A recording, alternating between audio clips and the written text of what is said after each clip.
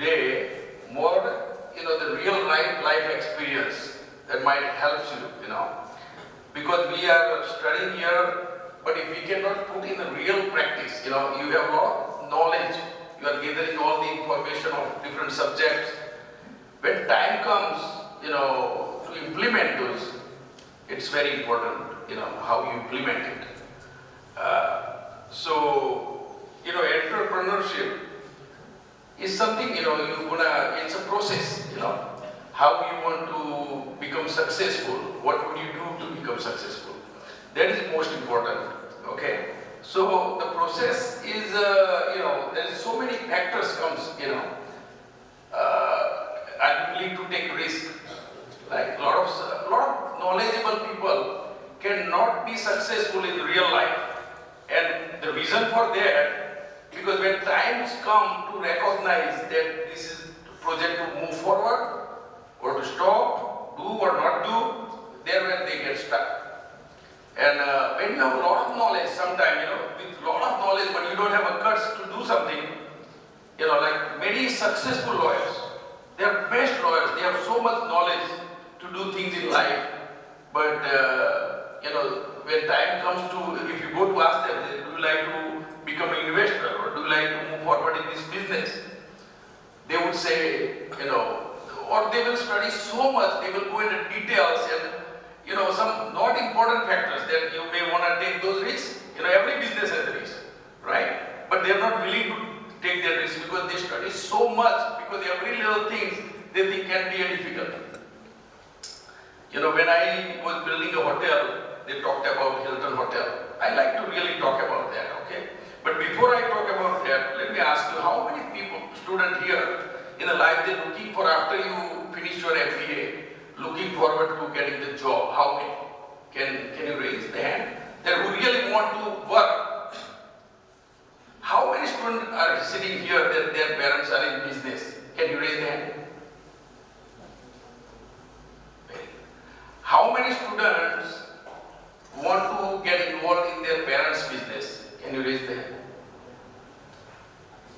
How many students like to start their own business? How many? Now, here so many students have not raised their hand. I don't know what they want to do. That's important, that you need to have a commitment in life. And you can do anything. Anyone can do anything in life, if you have a goal, specific goal. Okay? Let me talk about that. I was looking forward to building a hotel, and there is also with a shopping center. So I was looking forward to find an anchor tenant. And then I made a arrangement to meet with the president of the one big company, to get the franchise. So I went to franchisor, discussed the project, and I said, I'd like to, start your restaurant in this, shopping center as an anchor. So they said, okay, I give them all the information they needed to make the decision, either they will approve the site for that or not. And they said, 1 month goes by after my meeting.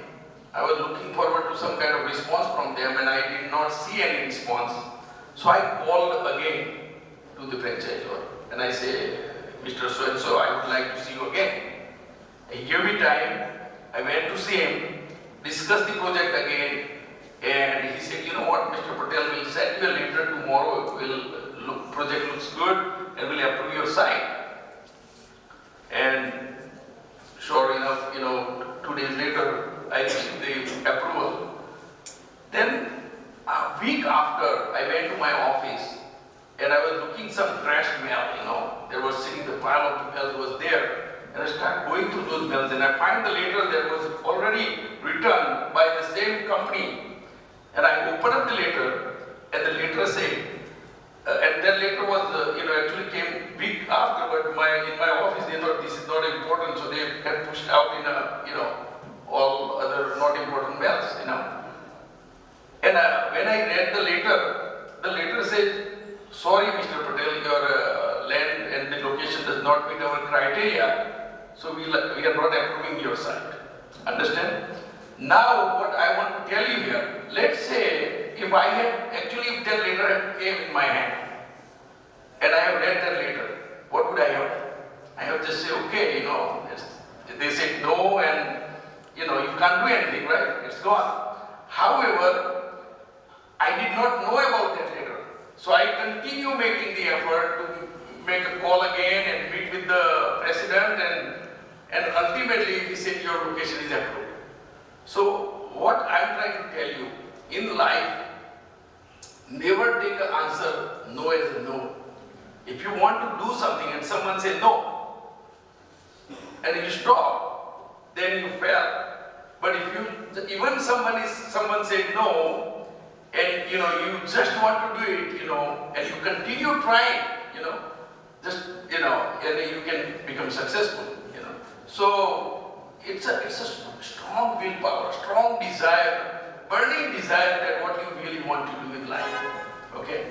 And if you try that way, nothing can stop you. When I was building this Hilton Hotel, it was an oceanfront location. And when you try to build a Hilton Hotel, normally I'm talking about year 1977, 76. In that time, when you normally you don't find people building Hilton Hotel which are individual people like husband and wife as a joint tenant building a Hilton Hotel. That is not the case in a normal situation. Mostly are a large corporation building the hotels. Okay, so jealousy is there. You don't see that, but they say, well, this Indian guy is coming here and getting such a great location, building 5-star hotel, they will not, you don't see it, but in decision making process, you can realize that they are not happy. Okay. So what happened, when I was trying to, made an application first for a conditional use permit. In US, when you try to build a hotel, that local government, you go and apply, get your conditional use permit, then on a base of that, you can move forward with your final plans, and ultimately you get a building permit to build a hotel. So, first process that you apply to planning commission, for getting the permit. I made an application, and then there is a hearing, and normal planning commission hearing starts at night time, 7 p.m. and runs to 11 o'clock or midnight at night. So the time came for my project. There was a public hearing, and then about 500 some community people, who were living behind the location that I was planning to build a hotel. They all come together like a gang, and they all one by one gets up and oppose the project. Everyone says that if you will allow this hotel, it will block the ocean view for place where we are living. So please do not approve this project. They are all, saying that to the planning commissioners. Ultimately, I had to take a stand and say response to all that complaint, because everyone has the same problem. So I said I sympathize with them. All these people have a very real point, because if I will build a Hilton Hotel or any hotel here, it will block their ocean view. However, what can I supposed to do here? If the city is allowing the hotel here, the zoning is there, and I'm in full compliance with all the rules and regulations. I'm not asking for any variance. So, one side people have a problem, and the other side I'm an investor, I have invested money, and I want to do my hotel, and I want to do my business. So, but still the planning commission, denied the project. Okay? They said, no, you can't build the hotel. So then the second stage comes that you appeal to a city council. Okay? And city council, then it's the same process starts again, same thing starts, and everybody says same thing. And I took a stand, I said same thing. But further I said that, if all these people opposing this project, then city should buy this land from me and put a park, so everybody is happy and no one has complained. But I knew the city did not have budget because I did my due diligence. City did not have a fund. They were trying to be incorporated as city by itself because they were part of the county. Okay, so they needed a revenue, to become city, the transient tax that they collect, city collects. So that will add some more revenue to them, and they need to provide or prove that they can generate so much revenue to become an independent city. So I knew that they can't afford to let this hotel go, or nor they can able to go against or they could put out the investment to buy the land. So ultimately, same thing happened. The city council also denies the project. Before this hearing, also went to see the city mayor, and I told city mayor, said, we are in a full compliance, and you are rejecting this project. He told me that we have 500 people, Mr. complaining about your project, and what we supposed to do. I said there are 500 people complaining, but your rules, I'm following your rules and regulations, so this is not right. And I told him, I said, look, you are not a god. If you will deny the project, I will see you in the court. And same thing happened. I filed the lawsuit against the city, saying that city is wrongfully denying my project because I am an investor and it is not my job to protect people's ocean view. Okay? Because I am in compliance of the height requirement, and we filed the lawsuit. Here you're going to learn very important things, that how the legal system works here in India versus in the United States. So some time gone by, and after maybe year and a half later, we were in the court.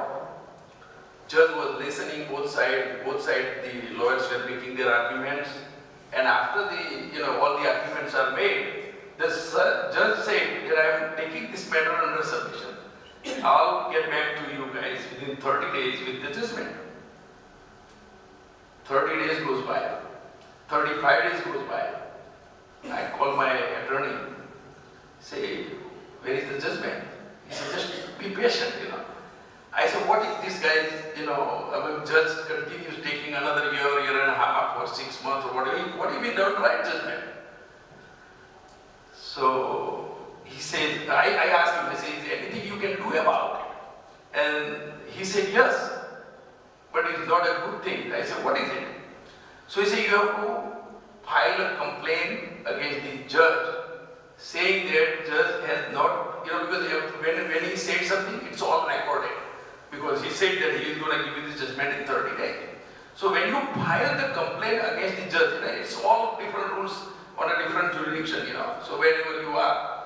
But in this particular jurisdiction, you file the complaint, the date your complaint gets logged in, from that date to the date judge makes his decision or send you something out, his salary goes in half. That's you can do.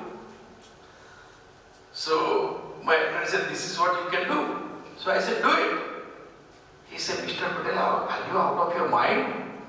You really want to do this? I said, this whole matter is about principle. So why don't you not just go ahead and do something? Don't worry about it. We filed the complaint. The judge's salary goes in the half. And the same judge write the decision, I think in some of my biodata you will see it. It made a front page article of the Orange County newspaper, and what judge says in his judgment, he said, if I had to give my judgment the day I heard the both sides, I could have given the judgment in favor of Patel. But at that day I could have granted him conditional use permit. Okay? And then he would have a same problem again. Those people will harass him, will not give him a building permit, and then he will be back again to this legal system. So I was searching that does it comes under my power that I can grant him a building permit instead of conditional use permit. And he said, yes, after researching, I have a power and authority to grant him a building permit provided his plan gets signed by a licensed engineer. And he grant me a building permit. Now would this be possible in India? I mean, in India, if you go against the judge and then say judge salary, when his salary is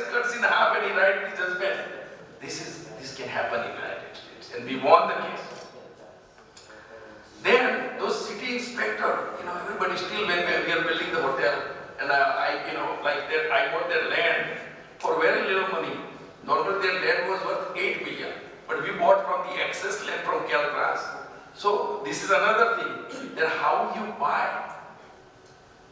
When you want to do business, you need to, your initial cost of buying something. So, and we need to bring the utilities from about 2,000 feet away. It was a risk. What if you don't get an easement to bring the utility? Somebody doesn't grant you the easement. What if the utility companies become terrible? They want to give you a hard time. And exactly that happened. I have a hotel is now all completed. I want to bring the utility to the hotel. And this utility company, when they said, when you pay the connection fees, utility connection fees, they say your fees will be $800,000. And in my project report, in my cost breakdown, I had only provision for $50,000 for utility connection. $50,000 versus $800,000 utility connection charge. What that will do to my project? However, I had no choice. Because I can't just sit there with the empty building. So I was very upset, but I wrote a check for $800,000, and next day we filed the lawsuit against the utility company. I went to the lawyer, okay, and in this particular, now here, look at this, the lawyer says there is nothing you can do. The city can charge any connection fee. There is a separate utility company. It's not a city, but it's kind of a part with the city and part private type of venture. So, they said the utility connection company, they can charge any amount of the charge they want. And that was, they were robbing almost everyone. They can, whoever they see and whatever they want to charge, which was not right. So state of California has introduced a very special law just 3 months before, but still that law was not helping. The law says that they still can charge anything they want to charge. However, when they collect the money, they have to put that money in a separate account. They cannot come into the fund. They cannot use that fund for operation of the project. There was a lot of rules, and then every year they have to account for that money, and that money can be only used for expansion of the plant capacity. And we found out that they had not done any of this. So we filed the lawsuit. And a year later, when the matter went into the court, we collected with our damage and everything 1.6, double the money. So understand. So in a life, what I'm trying to tell you guys, when you decide to do something, don't stop. You need to have a courage and move forward in the business. I would like to impress you guys in the life. Don't look at just only thing you can do and go to work for somebody. Okay, prepare your mindset that after learning or after having the 2 years of course and you have mastered degree in business administration, and you have all the skills to your skill, and this is something to the staff I would like to say, prepare the student not to only for job, but to be successful in life. Teach them that what they need to do, to be successful, and which you are teaching. The courses are there, but a lot of time having knowledge and implementing knowledge, it's important. So teach them how to implement what they know. The other thing that I want to tell you, you must have a solid plan. You must have a good business plan when you want to be successful in business. Okay? If you are trying to do the partnership with someone, you need to know who you are partnering with. It's very important. Are they share the same vision that you have? They may have different vision, and that might not work. I think this 2 years knowledge, the education that you are seeing is very important for you. Because people, let's say if someone does the business with no knowledge and someone does with knowledge, makes different. However, I want to give you one example. When I was running the election for president of NFIA. And when I became president, in Surat, they hosted the lunch for me. And I went there and speak to all those diamonds industries people, you know. So after lunch, they were trying to show me their industry. And it's probably, how many people have seen that Kiran export in Surat? Anyone? Yeah. I was there. I had lunch there. And after that, you know, there were two partners. They were running this industry. And I said, am I in India or in the United States? It was so neat and clean and just perfect, you know. And the way they were running the whole operation, I asked a question to the partner. I said, what is your education?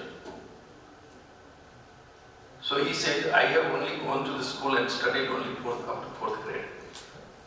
Okay? And running a multi-million-dollar operation. So then they will continue showing me, and I said, well, maybe his partner must have at least some business knowledge, right? So I should have not asked, but I did ask. I said, what is your education? He said, I have not even gone to the school at all. Understand? So, what does this tell you? Okay? Having knowledge is important, but then also it is equally important that how much guts you have, how much daring you have, what can you do? Okay? So you have all the knowledge and you have those guts. You can do much better job than what they have done, I'm sure. But if you have all the knowledge, but you don't have that guts, you don't have that risk, you don't want to take, you can't do nothing even though you have all the knowledge there. You know, it's worthless. So, basically in life, you know, like a skill is important.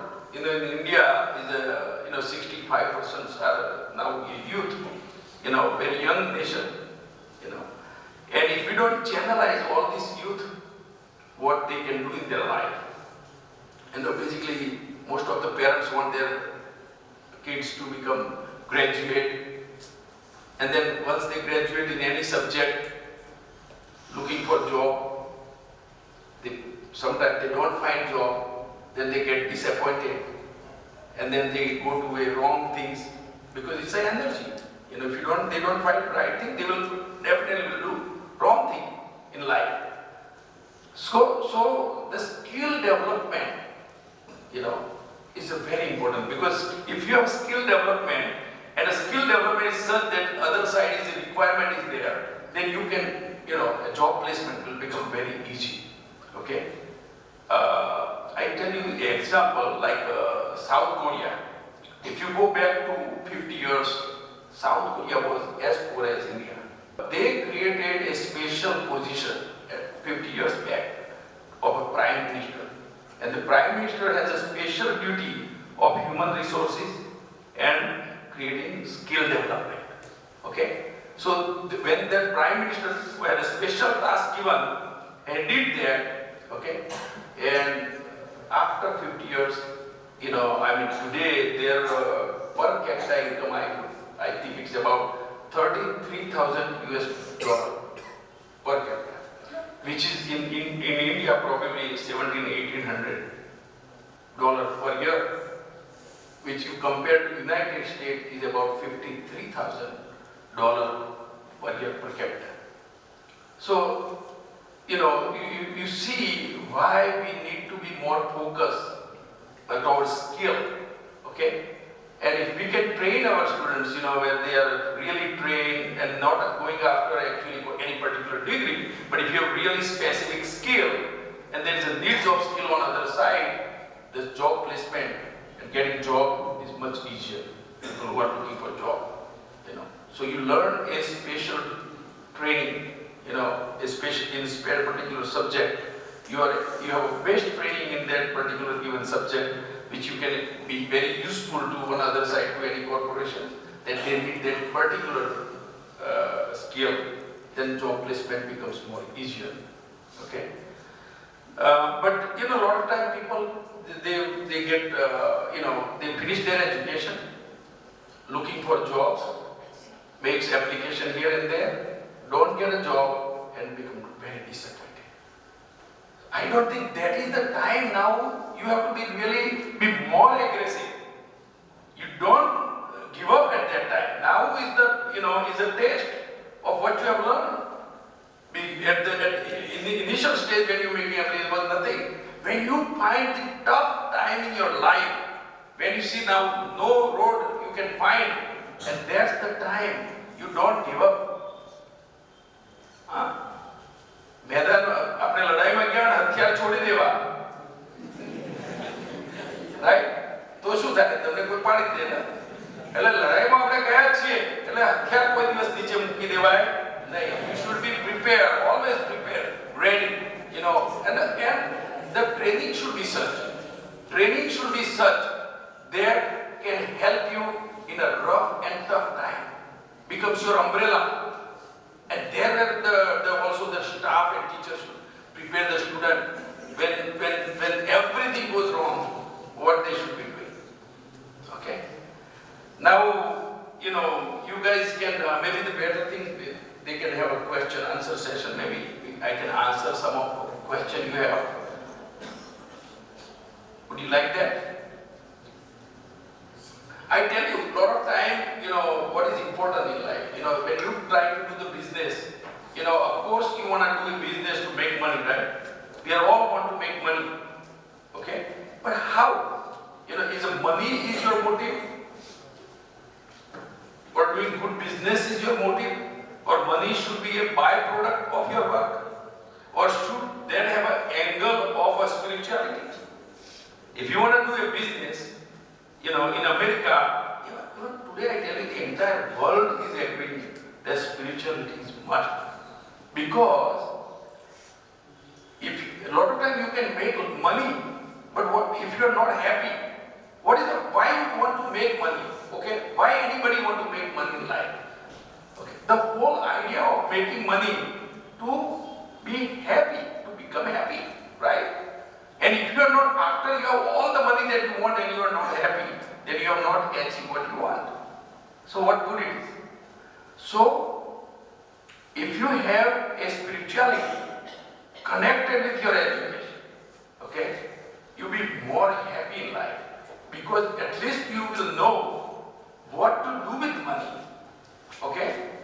Why you want to make money? Do you want to make money by hurting somebody? You will not do that. So in education, the spirituality, it's very important. And not only India now, anywhere you go in the world now, they are pretty much now learning and agreeing to our concept. Look at our yoga. Our yoga has gone all over the world.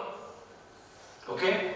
So what's happening here, that all the good thing and good quality the India has, the other country is adapting, and we think, oh, we got it. We have it, so we have no value. We don't see the value, which now the other nations are seeing it. And what we are doing, what is not valuable, their waste, we are adapting. What they want to throw away, say, no, it's a good thing, come on. And we are trying to adapt. So where are we going? You have to be very, very careful in life. That we always, in order to be successful, in order to make money, or whatever we do, it has a good purpose. Okay? Like in, I tell you, our mentality, I tell you, when we are running the hotels, before hotels we are running motels, okay? In motels, when your motel is sold out, a lot of our people will put outside a sign, sold out, so they can go to sleep. Understand? People drive and say, oh, this hotel is sold out, I can't get a room. So the customer will walk away, right? Go to another hotel. Is that a good practice? I don't agree with that. Actually, you should not put a sold out sign there. Let the customer comes in your door. And then you tell them that it is sold out, but you are looking for a hotel, how much budget you have, what you want to spend, how far you want to go. You make a booking for that guest to a other hotel. Give him a help, okay? And if possible, if you have an extra person sitting by you, have him drive to the hotel or help him to how he can reach there. You think that next time that customer, you have created a friendship, right? When he's looking for a hotel and when you have no vacancy, he will come to you. So we are, a lot of time, we are losing this potential. A lot of time people, complain, but I think the complaint is the best thing for business. If you have positive attitudes, the guest comes in and complains about something, you learn something that you have not learned. Where the problem is, so you can rectify and you solve that and become more successful. A lot of time, if you have, let's say, you walk into a restaurant and they try to provide a total guest satisfaction, total guest satisfaction, which is very important in today's business. Okay, you are in a big competition. And you want to compete, what would you do? You have to do extraordinary things, something unique, something better, something others are not doing. Okay? So, when guest walks in or the customer walks in a big restaurant and there is a red phone and it is written there, say if you have any complaint, call to the corporate office, right? The phone. What happened? The guest walks towards the phone, the staff working there, they'll be very alert. So be careful, the guy is walking to pick up their phone and going to complain. No one wants to complain. But so create that type of environment that your customer is most important. If you are in a business and you think your staff is more important to you, your general manager is important to you, or your marketing people is important to you. But if you have a zero business, what those people will do? How will they get paid? The customer is paying for you.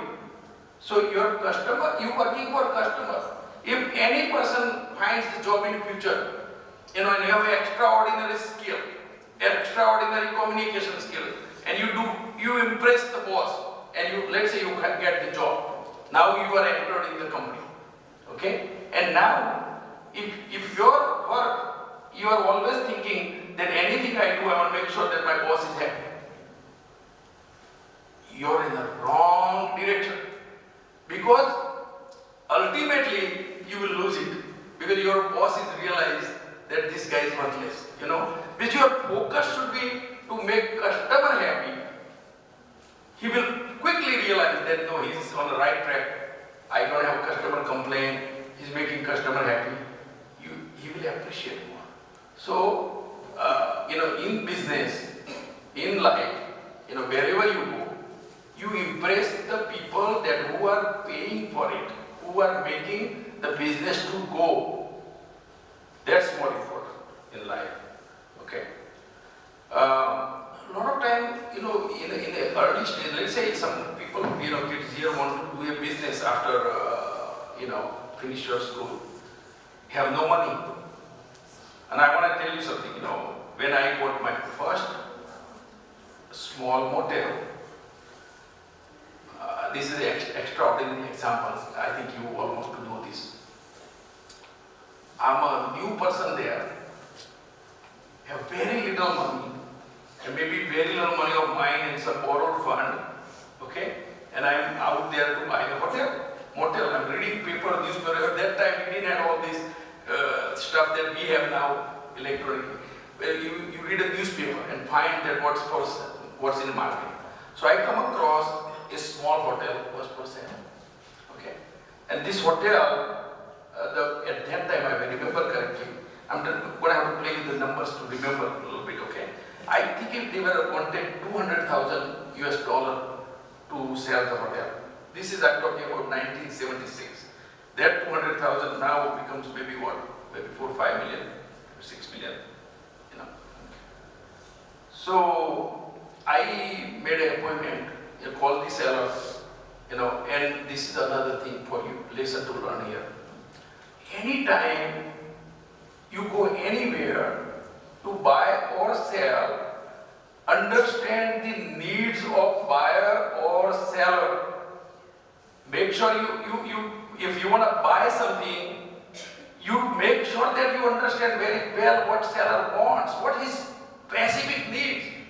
Does he need money? Does he want to get out? What does he want?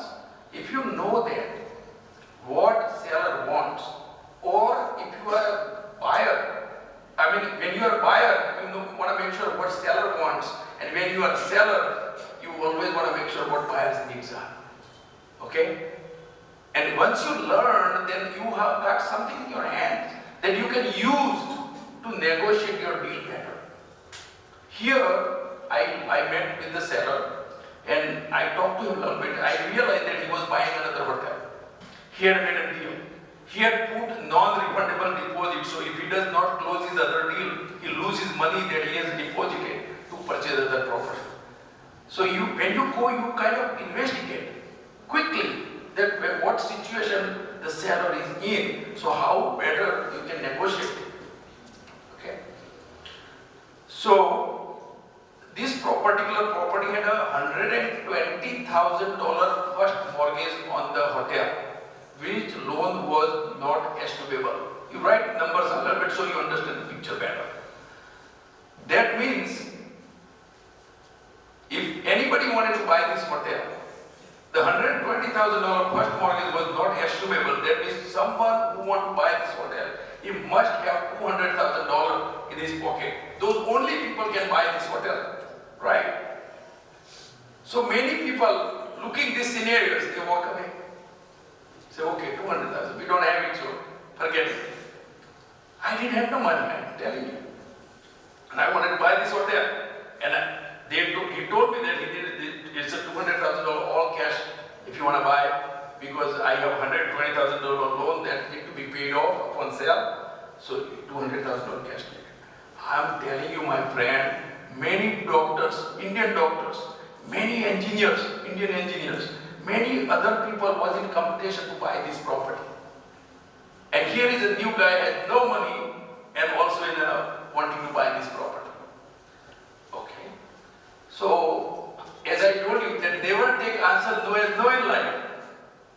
I say, is this bank has made the loan to this guy for $120,000? They are earning the interest. Why this loan cannot be non-estimable? And even if it is not non-estimable, can I negotiate with the bank? Right?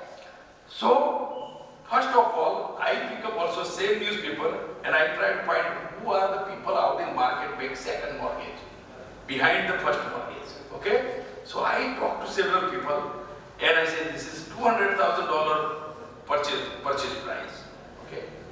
If you're gonna lend 80% and with 20% cash needed, we need $40,000 cash and you can borrow $160,000, right?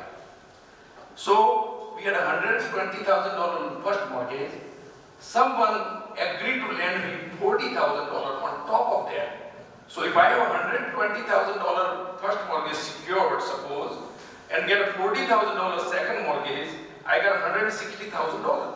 What I need $40,000 now to make the deal, provided I convince the bank first mortgage to carry the same amount, right? Okay. I made an appointment. I went to talk to the bank president and say, okay, if you have $120,000 loan, you are earning 6% interest on this, and you are in the business to loan money, you want to get paid off here. You don't want to loan this money? Say, of course you want to loan money, but you want to exactly what you came here, so let's talk. I say, I will pay you 7% interest instead of 6%. Okay? And just within 2 days, the bank got back to me, said, Mr. Patel, we want $10,000 paid down. So instead of $120,000, we will carry $110,000. Instead of 7% we offer, we want to earn 7.5%. Okay? The market rate at that time was 9%. Okay? From getting borrowing money. But they were stuck with this loan at 6%. So they compromised between 6 to 9, 7.5%. And I'm still benefiting 1.5%.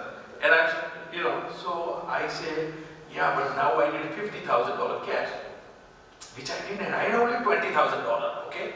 That not even, I had maybe 5 grand, borrowed money from here and there, then that's how I had a 20 grand. I didn't have a $21,000, I'm telling you. And here I'm trying to put this puzzle together, right? So I called that second mortgage guy. I say, look, first mortgage was 120 grand. You agreed to give me 40 grand. Now they want $10,000 paid down. They will work with me. That loan become estimable. Would you loan me 50 grand? I said, no problem. So now I got the 50,000 here, 110 here, I got 160,000, right? Now I need 40,000, and I had only 20,000. I knew the seller, because he was trying with different buyers, nothing was happening, and I know what he was in a crunch. He had a non-refundable deposit, all that. So I asked him, I say, is this $120,000 you asking, can we negotiate a bit? He said, what do you want? I said, about $180,000 price instead of 200. He said, no, it's a little difficult. How about 190? I said, okay. So we reduced the price to 190. Now I'm short 30 grand, right? So I say, okay, I still $10,000 short. So I asked seller, I said, look, we agree here, but do me a favor, because we still have to mark this property at $200,000 because my loan structure, the second mortgage guy was looking for 80% ratio. So if you say the price reduced, I'm going to cut. So let's keep it the price here, and we have a side agreement that your actual price has been dropped to 10 grand, but we'll continue with this $200,000. He agreed. Okay. Then I said, one more thing you need to do for me. He said, what? I said, you're going to get all cash, right? The bank is getting, so whatever the money remainder after paying off his loan, he was going to get cash. So he said, how about you carry $10,000 on a side note, not in the transaction, because then that 20% ratio, all these things does not work. So I said, on a side note, would you carry another 10 grand for 6 months? Now you tell me, if you were a seller and have a non-refundable deposit, and no one is still putting this puzzle together, and $10,000 carry, would he not carry? He said, of course I will carry. Sir, I opened up in escrow, I made this deal, and I closed the deal. And I purchased the property. And many of doctors and engineers came to me and say, Mr. Patel, how did you do this? Where did you bring all this money? They didn't know. They thought they need 200 cash. Okay? And thereafter, those doctors, those engineers, I really utilized them. Whoever were the buyer also, I met them. And they knew that how I put things together. And when I start buying other property, they become my partner. I was using my brain, they were putting their money. Understand? So things can be done.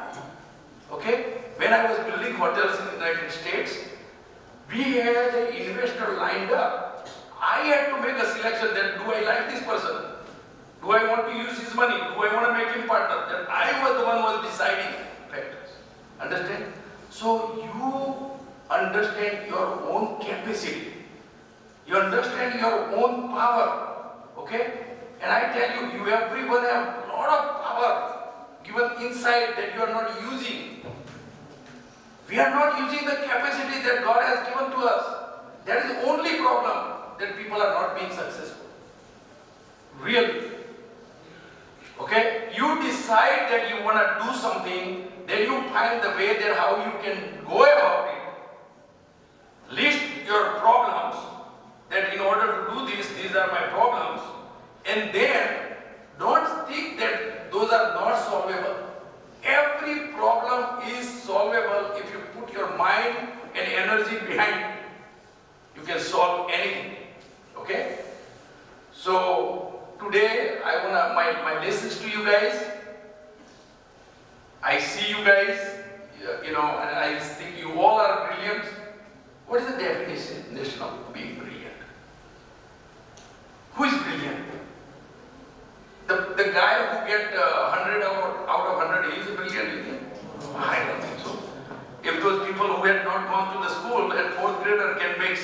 multi-million-dollar business. That is not the case. The real talented students are that they are determined, they are go-getter, they are goal-oriented, and they have decided that I am gonna do this, and they are not gonna worry about any circumstances till they achieve their goal. Are you clear? Okay. So you can do it. Everyone I see here are very strong and very capable, and you can do anything. You know, just decide first, make a goal, make a business plan, get ready, list your problems. These are the stuff in my way to make this thing happen. Try to solve one by one. Okay, take one item at a time and fix it, and you can do the wonder. I have done the wonder. You know, when I was going to the college, I was a student of MG Science. My father was a poor farmer. I went to the college, and if I don't wash my pant at night, I have no pant to wear in the college because I had only one pant. Understand? When I got my visa to go to USA, my father didn't have no money to pay for my ticket. And when I finished and I made their money, even when in the process of making my money, my mind was here in India. I never wanted to get this Indian citizens, US citizenship. Never wanted to give up my Indian passport because I wanted to come back, share my knowledge with you guys, and someday I can help the student like you to be successful in your life. Then, you know, those people who has paid for me, make my life successful, then it's a time for me to pay you back. And that's why I'm here with you, and that's what I'm doing. So